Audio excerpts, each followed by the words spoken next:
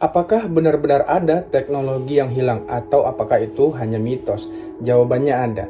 Salah satunya adalah pembuatan baja Damaskus atau Damaskus Steel. Teknik metalurgi abad pertengahan ini berhasil menempa material logam menjadi sangat kuat dan menghasilkan struktur karbon nanotube pada hasil akhirnya.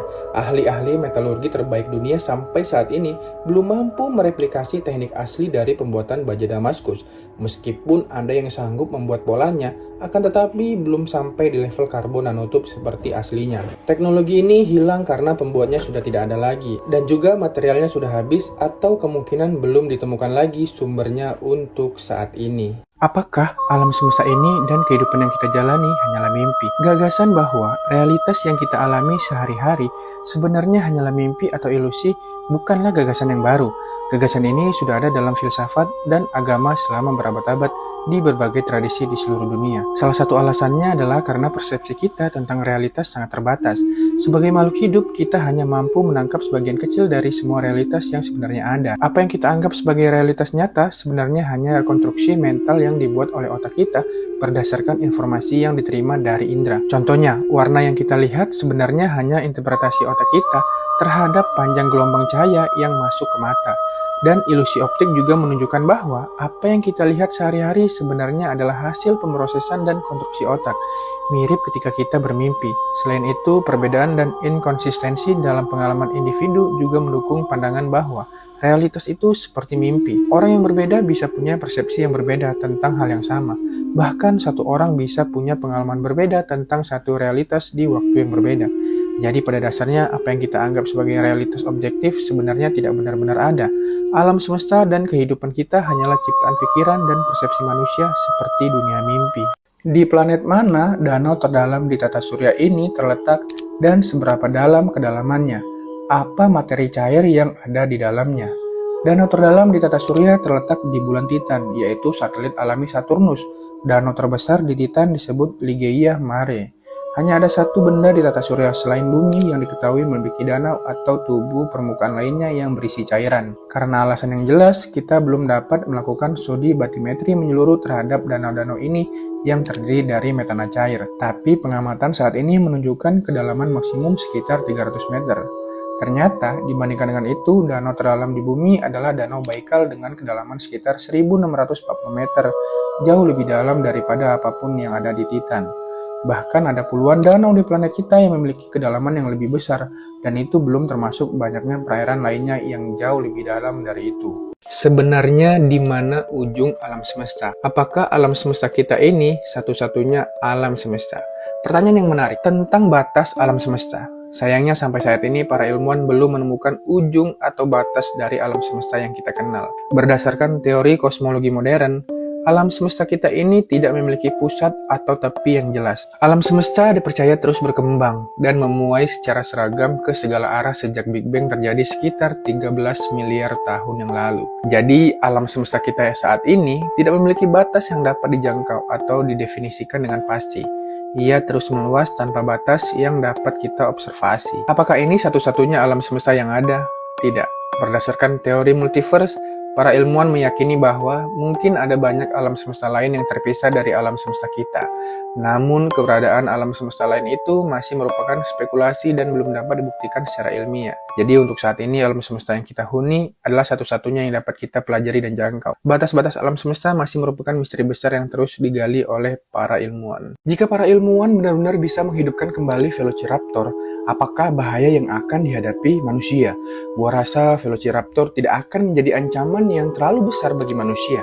Meskipun mereka predator yang cukup berbahaya, ukuran mereka ternyata yang relatif kecil dan tingkat kecerdasan mereka yang lebih rendah dibandingkan hewan predator modern seperti serigala, hyena, dan singa Afrika membuat mereka tidak terlalu mengancam keberadaan manusia. Manusia telah hidup berdampingan dengan predator yang jauh lebih besar dan cerdas daripada Velociraptor, dan kita telah bertahan bahkan sebelum mengembangkan alat-alat modern. Dengan kemampuan teknologi dan senjata yang dimiliki manusia saat ini, gue yakin kita akan mampu mengelola kehadiran Velociraptor tanpa terlalu banyak kesulitan. Tentu saja, jika Velociraptor dilepaskan secara liar dan tidak terkendali, mereka mungkin dapat menyebabkan kerusakan dan kematian. Tapi secara keseluruhan, keseluruhan, gue berpikir Velociraptor tidak akan menjadi ancaman eksistensial bagi umat manusia. Kita telah terbukti dapat beradaptasi dan bertahan hidup bahkan di tengah-tengah predator yang jauh lebih kuat. Proses hibernasi manusia yang merupakan upaya untuk membekukan tubuh atau otak seseorang yang sedang sekarat dengan harapan dapat dihidupkan kembali di masa depan ketika teknologi medis telah maju untuk menyembuhkan penyakitnya. Pada tahun 2016, seorang gadis berusia 14 tahun di London memperoleh izin dari pengadilan untuk dibekukan dengan harapan dapat dihidupkan kembali kelak ketika penyakit langkanya dapat disembuhkan. Saat ini sudah ada 377 orang yang dibekukan di dunia dengan prosedur yang dimulai dari ruang resusitasi rumah sakit. Kemudian tubuh dimasukkan ke dalam air es dan larutan krioprotektif, lalu dimasukkan ke dalam nitrogen cair pada suhu minus 196 derajat Celcius. Harapan mereka yang memilih hibernasi didasarkan pada 3 hipotesis. Memori dan kepribadian tetap utuh dalam otak meskipun aktivitasnya terhenti. Prosedur kriopreservasi tidak mempengaruhi struktur otak yang bertanggung jawab atas memori dan kepribadian. Di masa depan, kemampuan serebral dari otak yang dikriopreservasi dapat dipulihkan. Palung Mariana sangat dalam, mencapai kedalaman 11 km. Secara teknis, kita bisa membuang sampah di sana selama berabad-abad, bahkan ribuan tahun. Tekanan yang sangat besar di dalam palung akan mengompakkan sampah, sehingga dapat menampung jumlah sampah yang besar. Namun, ini adalah ide bodoh karena akan mencemari lautan dengan logam berat tambahan, bahan kimia berbahaya, dan mikroplastik. Ukurannya memang lebih dari cukup, tapi dampak negatifnya sangat besar. Terakhir, setelah beberapa juta tahun, sampah tersebut akan berakhir di mantel atas karena pergerakan lempeng Pasifik yang terus menekan lempeng Filipina di bawahnya. Berapa lama 1 miliar tahun? Bisakah kita membayangkannya? 1 miliar tahun adalah waktu yang sangat panjang dan cukup sulit bagi manusia untuk benar-benar membayangkan rentang waktu selama itu. Berikut ini beberapa perbandingan yang dapat membantu kita memahami skala 1 miliar tahun. Yang pertama, umur bumi saat ini diperkirakan sekitar 4,5 miliar tahun.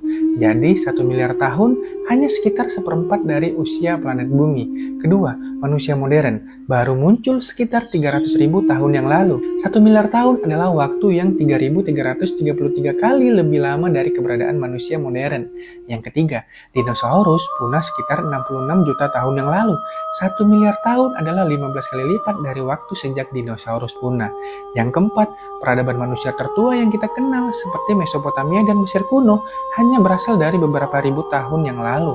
1 miliar tahun adalah rentang waktu yang jauh melampaui seluruh sejarah peradaban manusia. Jadi untuk membayangkan 1 miliar tahun, kita harus benar-benar memperluas perspektif kita jauh melampaui skala waktu yang biasa kita alami dalam kehidupan sehari-hari.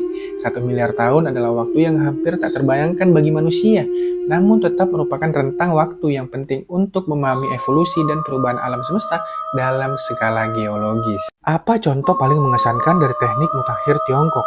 Jembatan Beipanjiang, Cina. Dengan ketinggian 565 meter di atas sungai Beipan, jembatan ini adalah jembatan tertinggi di dunia.